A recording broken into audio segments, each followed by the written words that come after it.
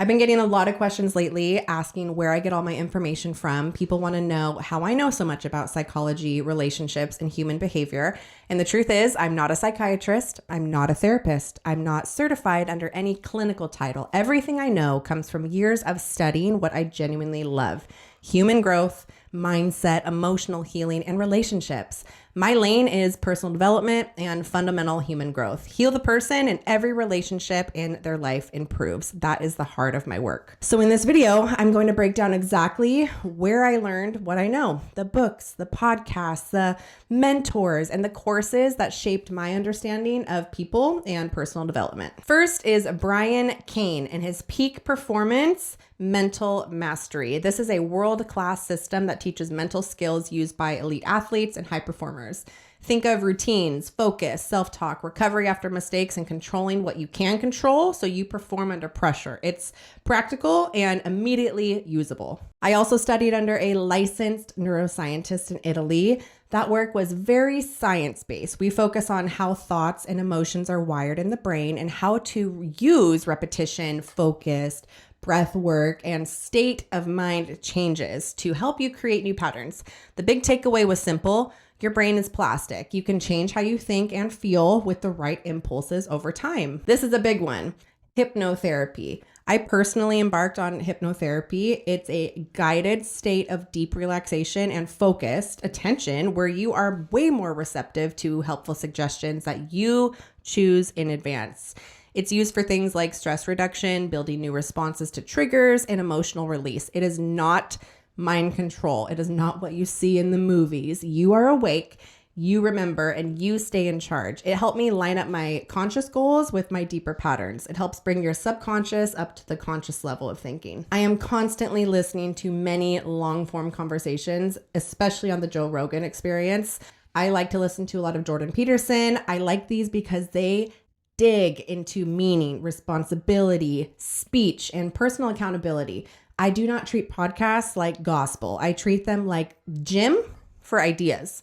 If it builds better thinking or better behavior, I keep it. If not, I drop it. Dr. Andrew Huberman has been huge for me. The Huberman Lab podcast breaks down science on sleep, focus, dopamine, stress, training, and the habit building in a very sensible way. One of my favorite episodes was about finding purpose and building your best life through aligning values with daily actions, managing your dopamine, and using simple protocols that make discipline easier. I apply it daily. Diary of a CEO is another favorite. Guests range from neuroscientists, psychologists, to authors like Robert Greene and teachers like Jay Shetty. You get psychology, business, and life strategy all in one place. I love his platform. When experts from different fields agree on a principle, I test that in my real life. I also listen to Mel Robbins. I love her delivery and the way she turns science into simple daily tools. The 5-second rule is a perfect example. It cuts hesitation, gets you to do the thing you already know you need to do. Action beats overthinking all day, every day, and she preaches that. I read a lot of Robert Greene's books. The 48 Laws of Power and The Art of Seduction are two of my favorites. They're about strategy and social dynamics. They teach you how to influence and how it actually works.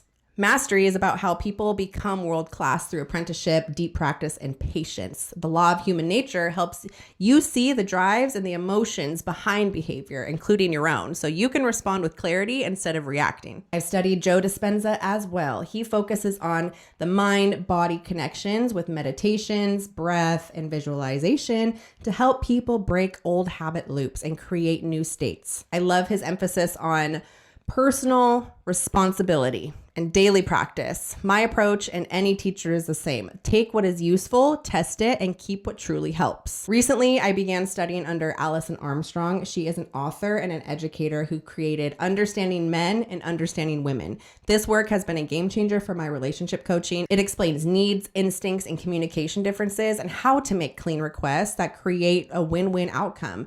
It has helped me support couples with real tools that work in the real world. I also completed the Introduction to Psychology through Yale, That course gave me solid foundations of learning, memory development, cognition, mental health basics, and how bias shapes our choices. It sharpened my critical thinking and helped me separate evidence-based ideas from trends. So how do I turn all of this into the advice I share and the results I get with clients? I combine mental skills, training, neuroscience-informed tools, trauma-aware healing practices, and clear relationship frameworks. Then I make it simple enough to do every day. No fluff, no magic, just consistent actions that change your mind and your body and your relationships. 2 quick guardrails. I am not a psychiatrist. I am not a therapist. Nothing here replaces medical care or mental health treatment. If you need clinical help, please get it.